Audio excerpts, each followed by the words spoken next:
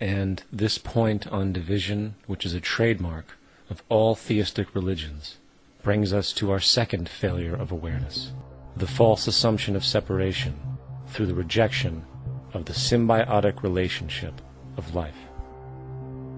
Apart from the understanding that all natural systems are emergent, where all notions of reality will be constantly developed, altered, and even eradicated, we must also understand that all systems are, in fact, invented fragments, merely for the sake of conversation. For there is no such thing as independence in nature. The whole of nature is a unified system of interdependent variables, each a cause and a reaction, existing only as a concentrated whole.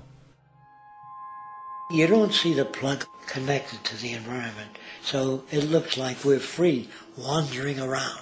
Take the oxygen away, we all die immediately. Take plant life away, we die. And without the sun, all the plants die. So we are connected.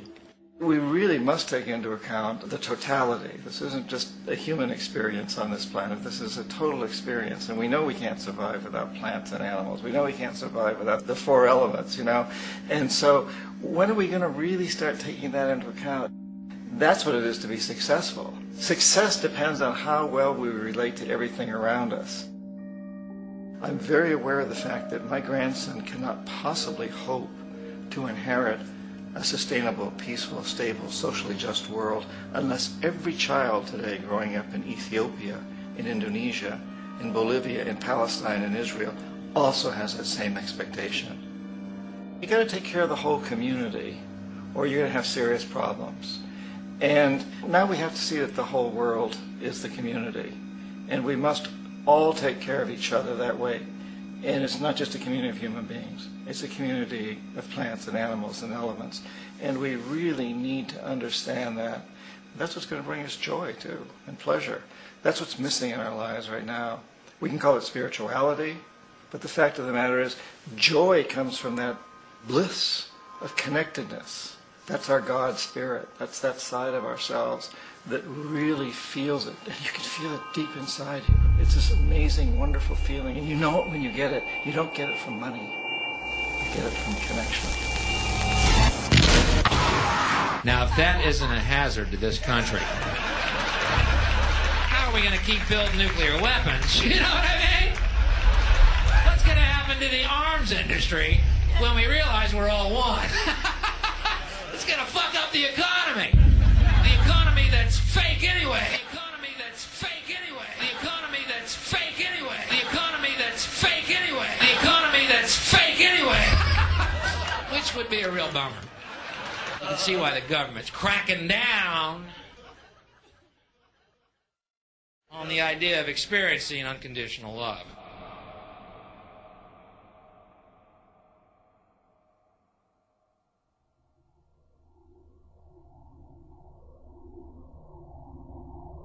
Once we understand that the integrity of our personal existences are completely dependent on the integrity of everything else in our world, we have truly understood the meaning of unconditional love.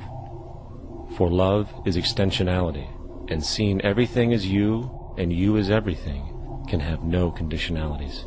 For, in fact, we are all everything at once. If it's true that we're all from the center of a star, every atom in each of us from the center of a star, then we're all the same thing. Even a Coke machine or a cigarette butt in the street in Buffalo is made out of atoms that came from a star. They've all been recycled thousands of times, as have you and I. And therefore, it's only me out there. So what is there to be afraid of? What is there that needs solace-seeking? Nothing. There's nothing to be afraid of because it's all us. The trouble is we have been separated by being born and given a name and an identity and being individuated. We've been separated from the oneness, and that's what religion exploits, that people have this yearning to be part of the overall one again. So they exploit that. They call it God. They say he has rules. And I think it's cruel. I think you can do it absent religion.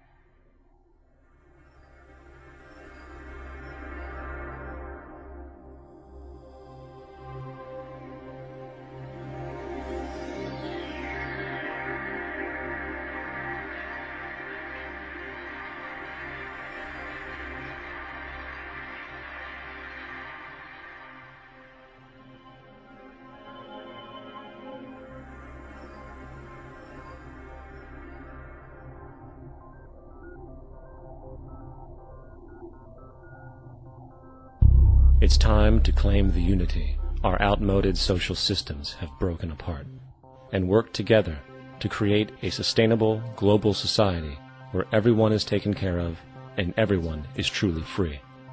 Your personal beliefs, whatever they may be, are meaningless when it comes to the necessities of life.